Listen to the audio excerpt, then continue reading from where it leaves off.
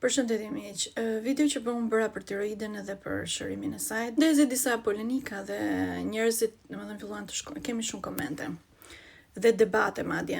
Çfarë do të thotë që sëmundja e brendshme? Sëmundja është e brendshme do të thotë që ti, nëse ke një sëmundje e zëm, edhe kjo sëmundje nuk shërohet ose shfaqet, mund të ndihesh mirë në disa herë, por rishfaqet përsëri.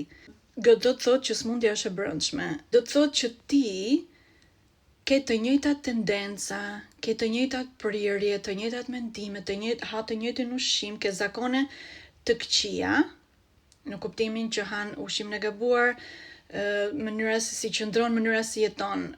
Domethënë është një shenjë nga universi që është i plot fuqishëm, apo jo? Që ti po je në rrugë të gabuar. Mundjet fizike dhe psikologjike të gjitha janë sepse neve nuk ndryshojmë.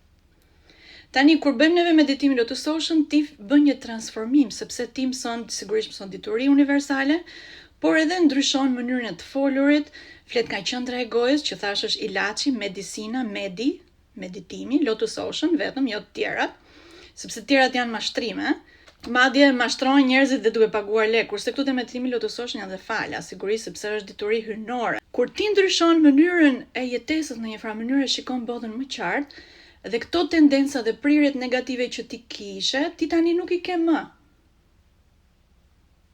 Atëherë universi është i kënaqur me ty, atëherë shërohet sëmundja. Domethënë është nga brenda, si do të thotë që ne nuk i kemi mirë me universin, ke probleme, bën gjëra që nuk është mirë për ty, për qenien tënde.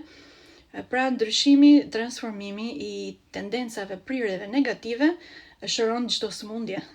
Njëra nga debatuesit më tha, shiko Afrodita, nëse ke një sëmundje dhe nuk besoj që është e brendshme, është e jashtme, thot ajo, sepse piva ilaçe, bëra këto gjëra që më tha doktori, gjilpëra, ku e diun gjërat nga përjashta, trupit, domethënë nuk është e brendshme shërimi.